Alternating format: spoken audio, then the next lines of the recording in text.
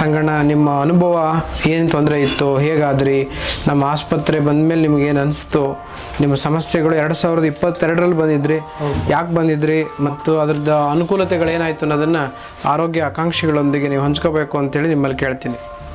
ಮಕ್ಕಳ ಸಂಬಂಧ ಬಂದಿದೆ ಸರ್. ಓಕೆ. ಹೀಟ್ ಪ್ರಕೃತಿ ಇತ್ತು. ಸ್ವಲ್ಪ ಭಾಳ ತೊಂದರೆ ಇತ್ತು ಸರ್. ಹಾಗಾಗಿ ಒಂದು 7-8 ವರ್ಷ ಆಯ್ತು ನಾವು ಮದುವೆಯಾಗಿ, ಮಕ್ಕಳು ಆಯ್ತಿಲ್ಲ. ಹಂಗಾಗಿ ತೋರ್ಸೋಕೆ ಬಂದ್ವಿ. ಒಂದೂವರೆ ತಿಂಗಳು ಔಷಧ ತೊಗೊಂಡ್ವಿ, ಮಕ್ಕಳಾದವು ಸರ್. ಚೆನ್ನಾಗಿದೆಯಾ ಮಗು? ಚೆನ್ನಾಗಿದೆ ಸರ್. ಮಾಡಿ ಮತ್ತೊಂದು ಬೇಕಂತ ಬಂದ್ವಿ. ಆಗಲಿ.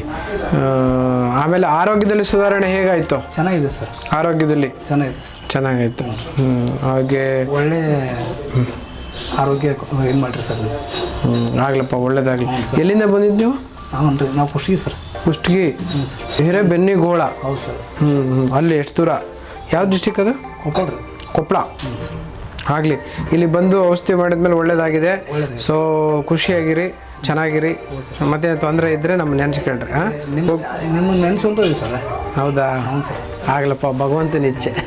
ನೆನೆಸ್ಕೊಂಡು ಮತ್ತೆ ಬಂದಿದ್ದೀವಿ. ನಾವು ಬಂದು ಗೊತ್ತಾ ಒಳ್ಳೆಗೆ ಅದು ಬೇಕಂತಂದ್ರೆ. ಆಯ್ತಪ್ಪ, ದೇವರು ಕಲ್ಪಿಸ್ತಾನೆ, ತೊಂದರೆ ಇಲ್ಲ. ಹಾಂ, ಒಳ್ಳೇದಾಗಲಿ. Thank you.